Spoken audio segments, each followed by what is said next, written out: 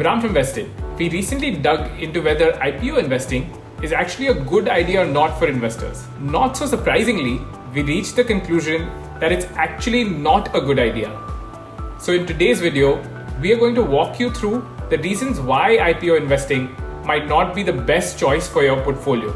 We are going to look at three things. First is that what factors affect shareholder returns and how they are distorted during an IPO. Second, we compare the returns between IPO investments versus non-IPO investments made during a common time period. And third, we compare IPO returns based on a company's revenue pre-IPO. Note that all of this analysis that we've done is based on US IPO data. So let's get started. First, let's look at how you as a shareholder gain returns. There are three factors that contribute to a shareholder's return. First is shareholder yield, second is growth of the company, and third are the changes in valuation. Let's discuss each of these in more detail before we get into the next section. So first, shareholder yield is basically the total amount of money a company returns to shareholders. The company does this by spending excess cash on either buying back shares or giving out dividends. The more cash a company spends to return to shareholders, the more returns that you as the investor will generate. The next factor we look at is growth. Growth basically is the progress of a company that can be measured on factors like its revenue basically meaning the total of all of its sales, or factors like earnings, which is the company's profit, and lastly, book value, which is essentially an accurate calculation of the company's worth. And it also determines whether the company has enough assets to cover its liabilities. The third factor, and the most tricky one, is valuation changes. These valuation changes actually affect how you as a shareholder get return. Now they are tricky because they involve human assumptions. Some investors use financial models that used a combination of interest rates and an assumption of the company's growth rates to justify certain valuation changes, whereas others purely use narratives, stories, memes also today, or they're driven by FOMO, which is the fear of missing out, to assess change in valuation. The valuation change factor is actually the one that often gets investors into trouble, leading to investing in companies that might be overhyped. When you put these three factors together, you get what we can call the returns equation for an investor. Let's look at how these factors are actually affected when a company is IPOing. When a company is about to go public, there is a lot of hype around it on social media and traditional media channels. What this does is that it distorts the public image in the company's favor and affects the valuation change component, which is people driven.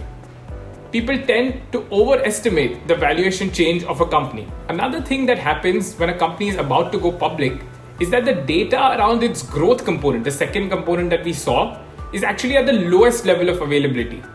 Basically, you don't have years or decades of growth track record to be able to understand the company better and to be able to value it correctly. If you're not convinced that shareholder return factors are distorted during an IPO, let's look at actual returns data for IPO investing over the past 40 years.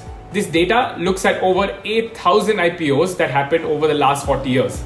The blue line on the chart, it represents the percentage returns if you had invested in all the IPO companies and held them for different time periods. Meanwhile, the orange line represents the percentage returns if you had invested in non-IPO companies of a similar valuation. As you can see, for most holding periods, investments in IPOs yielded a return that is worse compared to returns of non-IPO companies of similar size. Their underperformance has actually been true not just for a year, 2 years, but across 40 years. Next, we also looked at IPOs based on a company's revenue. What we realized was that on average, IPO investments in companies with revenues less than 100 million in the 12 months preceding the IPO actually tend to underperform the market if you hold those investments for the next 3 years. However, there is also some good news that came out of this data. If you are an IPO enthusiast, investing in larger tech IPOs is actually not so bad from a return standpoint. Let me show you why. So we compared IPO performance of technology companies with non-technology companies, and we saw that on average, larger tech IPOs, that is, IPOs of companies with revenue greater than 100 million in the last 12 months before the IPO, actually these companies outperform the benchmark. So, in conclusion, when you think about investing in an IPO, you should ideally wait. Since you already saw, right, from the data we presented, investing in IPOs yields worse returns than investing in the broader market over the same time period. Investing in an IPO also means that you're investing near the peak of the hype cycle for a company. So it may be best to wait, since it allows you to also gather more data on the company. Also, it's better not to invest in smaller IPOs, companies that have smaller revenue. The data shows that investing in IPOs with very small revenues tends to lead to underperformance compared to the market, no matter how attractive the growth narrative of a company sounds. So that's it from my end. Stay tuned for more. Thanks for watching. If you like our content, subscribe to our channel and hit the bell icon to get regular updates.